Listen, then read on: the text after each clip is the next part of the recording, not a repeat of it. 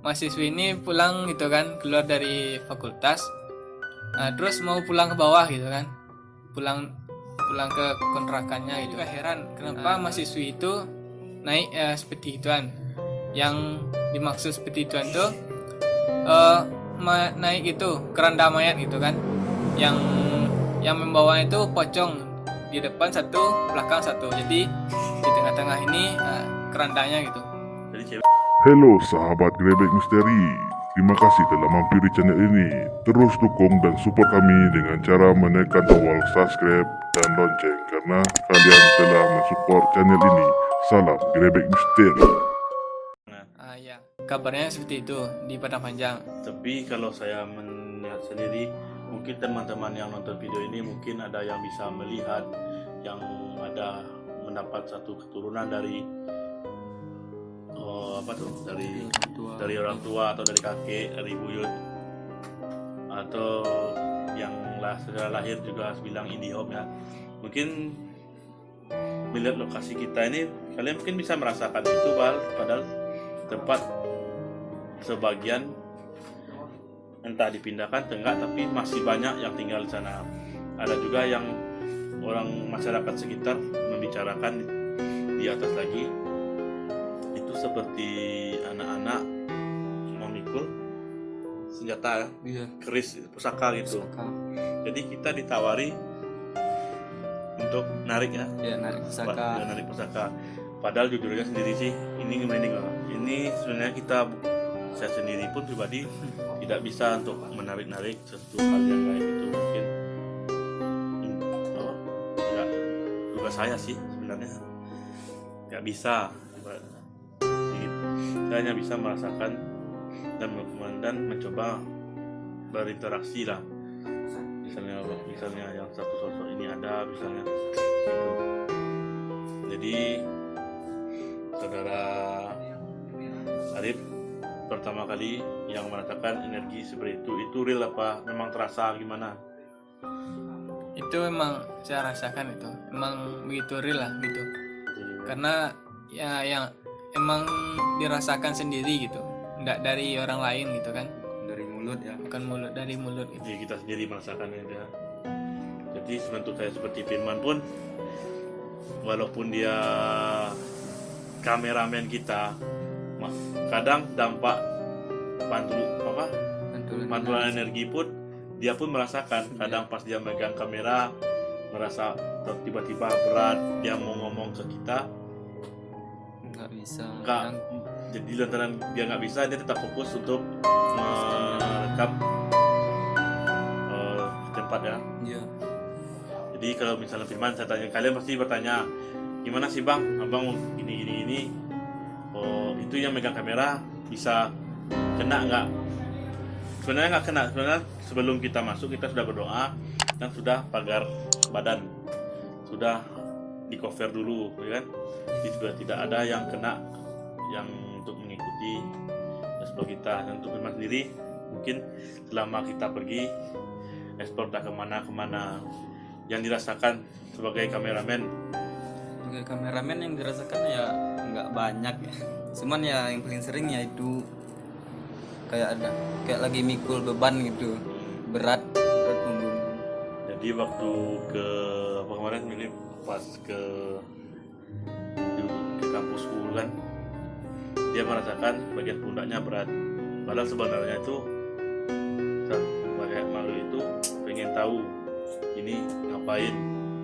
Jadi pas dia ke belakang nengok, dia seperti ini, dipegang gini, Ditekan gitu ya.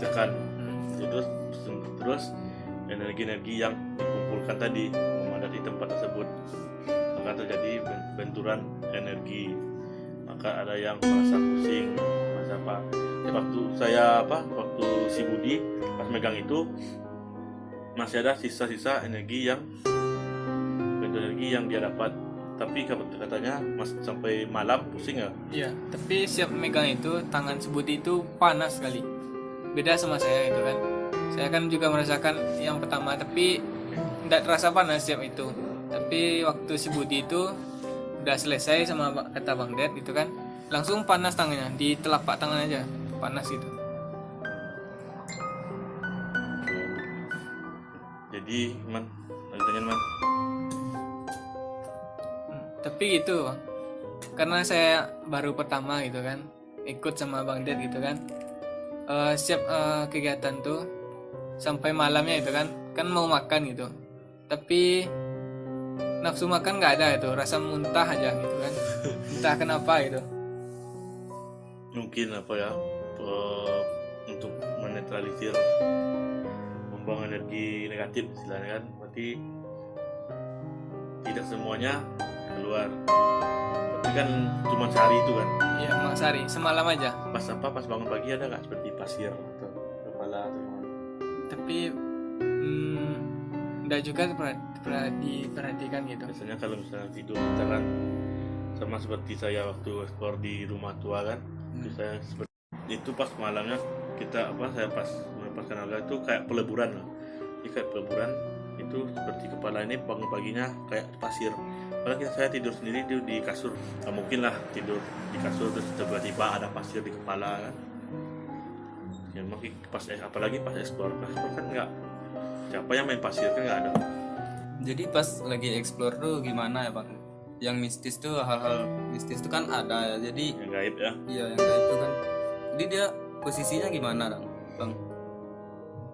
Jadi posisi ketika kita explore tempat yang bilang creepy ya Bang Angga, itu posisinya gini, kita masuki ke suatu wilayah, kita masuki pekarangan rumah orang, ibaratnya kita kan itu yang pemilik atau yang penghuni itu akan penasaran ini ada apa, sama seperti hal kita kan masuk ke rumah orang tuh pasti bertanya.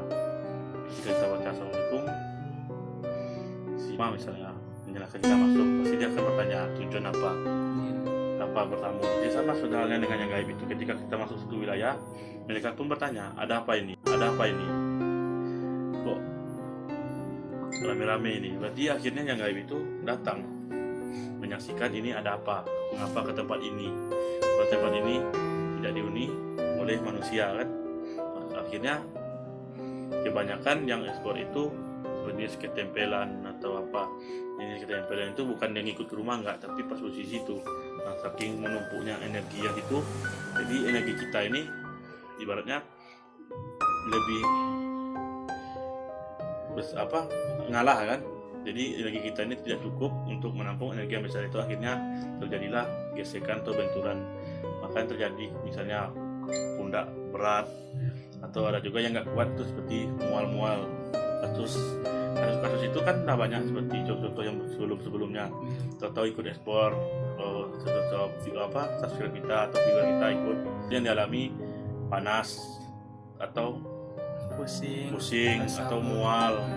Ya, diantara kita udah beda, kecuali kita cuma lewat atau cuma jalan kaki lewat. Misalnya kita dari tempat ini ke tempat ini jaraknya cuma 100 meter, itu pun jalan kaki biasa tanpa tujuan itu nggak apa-apa. Tapi kalau kita jalan tujuan kita menelusuri, berarti kalau menelusuri kita pasti harus siap itu apa, mengumpulkan energi-energi yang ada di sekitar yang wilayahnya 100 meter tersebut. Berarti akhirnya yang gaib yang 100 meter tersebut datang menyaksikan kita. Jadi gitu makanya terjadi benturan energi tadi. Mungkin teman-teman sendiri yang tahu mungkin silakan komen aja, nggak apa kok, yang penting komentarnya yang sifat membangun aja, jadi ya kan bisa channel ini berkembang gitu.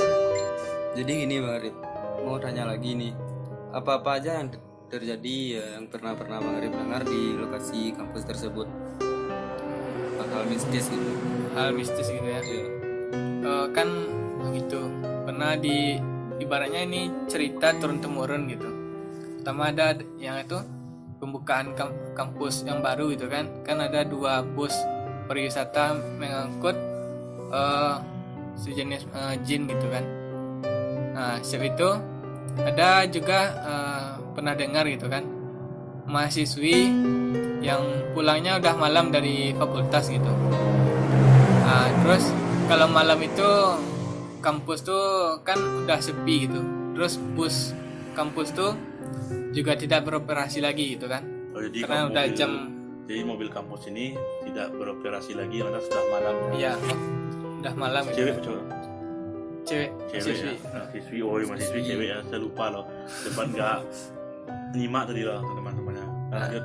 Jadi mahasiswi ini pulang gitu kan, keluar dari fakultas. Terus mau pulang ke bawah gitu kan, pulang ke kontrakannya gitu. Terus dia melihat gitu kan, ada satu bus yang masih jalan gitu, katanya gitu kan. Terus masuk, naik bus itu, terus nampak itu sama satpamnya gitu kan. Satpamnya juga heran kenapa mahasiswi itu naik seperti ituan. Yang dimaksud seperti ituan tuh naik itu keranda mayat gitu kan, yang membawa itu pocong, di depan satu, belakang satu, jadi di tengah-tengah ini kerandanya gitu. Jadi cewek naik ke atas keranda Iya, jenazah tuh ya. iya, katanya itu busunan gitu kan. Lalu katanya itu bus kampus gitu kan. Terus satpam itu mengikuti mahasiswi tersebut sampai dia turun di bawah itu kan, dekat gerbang. Lalu satpam itu nanya kan, naik apaan kamu ke bawah tadi, kata satpamnya kan. Terus mahasiswi itu bilang itu, mau naik bus kampus pak, tuh busnya lewat katanya kan, udah ke bawah katanya. Terus lantaran itu kan takut mahasiswinya, terus satpamnya itu bilang seperti ini, dek, bapak mau bilang gitu kan, yang adik naiki itu bukanlah bus kampus gitu kan, tetapi itu adalah keranda mayat gitu. Yang membawa itu pocong 2 orang, depan 1, belakang 1. Jadi terdengar berita seperti itu dari satpam, mahasiswi itu langsung menangis gitu, nangis jadi-jadinya. Lalu karena satpamnya itu kasihan gitu kan, lalu satpam itu ngantarin mahasiswi itu sampai ke kosnya gitu. Itu kisahnya gitu. Berarti itu bisa di pas pembangunan kampus baru ya. Ya, Berarti gini, berarti sedangkan kampus itu yang waktu sebelum dibangun itu memang area kampus itu sendiri memang seperti kayak hutan ya kan? ya emang hutan. Memang hutan. Jadi mungkin teman-teman sendiri yang saya masuk kampusku itu memang hutan kan. Berarti yang tahu dengan cerita ini mungkin kalian paham. Mungkin ada cerita lain pernah kalian dengar, silahkan komen juga. Berarti kalau misalnya cewek itu pas mau pulang itu melihat satu mobil kampus waktu ya. Iya, Jadi dikira mobil kampus, pas naik itu lalu tahu dinaiki keranda. iya, keranda mayat gitu. Yang bawa 2 pocong gitu.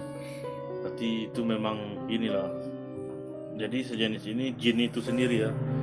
Jin itu sendiri bisa berubah bentuk. Jadi pas dia mau manifestasi atau membentuk suatu yang dia inginkan, berarti dia bahasanya itu ya, berarti ingin menjahili lah kan. Apalagi pas kita ke bawah itu, pas di bundaran pun sendiri energi positifnya malah kental pas mau maghrib kita mau pulang. Iya. Bundaran tuh terasa kan, memang ya, kayak agak creepy lah kan tempat itu ya. Itu berarti sampai itu ya ceritanya. Nah, terus ada juga ceritanya seperti ini. Kan di gerbang kampus itu naik gitu, nanjak gitu kan. Jadi ada mahasiswa itu dia ikut organisasi gitu kan, mau ke sekrenya itu Iya. malam-malam gitu kan. Pas di gerbang mau nanjak ke atas tuh masuk kampus, tiba-tiba di belakangnya ada yang naik gitu, padahal dia sendiri di motor gitu kan. Terus dilihatnya ternyata itu Miss K. Miski memang banyak itu, pas kita lihat itu memang area mah banyak Miski. Mungkin ini cuman pendapat saya yang saya lihat sejenak ya waktu di lokasi. Itu sepertinya pernah juga kayak terjadi, entah itu bunuh diri, entah itu akibat pemerkosaan di satu tempat gitu. Itu tempatnya, tapi lokasinya tetap di situ kan. Kita nggak tahu tuh tetah fakultas mana, tapi saya rasa memang ada kejadian penasaran tadi di situ iskinya. Akhirnya akhirnya dia meninggal, bukan dia sendiri yang menjadi jin tersebut, tapi bisa jadi korin tersebut atau jin-jin yang lain yang senang mengganggu, akhirnya membentuk seperti wanita tersebut. Nah, seperti itu. Oh, jadi seperti itu ya bang. Ya seperti itulah dari kisah gitu kan. Jadi kisah tuh banyak itu kan di kampus tuh, tapi itu ceritanya turun temurun aja dari senior gitu kan. Dari senior dan dari bawah. Tapi Ke mulut ya bang. iya, tapi banyak sebenarnya itu kan, tapi hanya itulah yang dapat diketahui gitu. Tutup ya. Oke teman-teman Gerbek Misteri, mungkin hanya itu yang dapat kami sampaikan tentang kampus tersebut. Jangan lupa apa bang Ded? Jangan lupa untuk subscribe, like, juga share ke teman-teman kalian agar channel ini terus naik dan berkembang. Hanya satu-satunya channel ini yang ada di Solo Selatan tentang mengungkap sebuah misteri. Jadi kita ibaratnya mempunyai akun Gerbek Misteri ini bukan pergi ekspor. Maksudnya ekspornya itu kayak hadir wujud, kayak wujud itu lain. Kita cuma menceritakan tentang kisah masyarakat sekitar, apakah tempat itu memang atau tidak. Jadi untuk itu teman-teman semuanya. Oke bang Ded, bang Arif, Nah, teman-teman Gerbek Misteri semuanya, mungkin hanya itu yang dapat kami sampaikan. Silakan like, comment, subscribe, dan share. Dan jangan lupa komentarnya, kritik sarannya yang bersifat membangun. yang bersifat membangun. Terima kasih semuanya. Kami salam Gerbek Misteri. Assalamualaikum warahmatullahi wabarakatuh. Waalaikumsalam.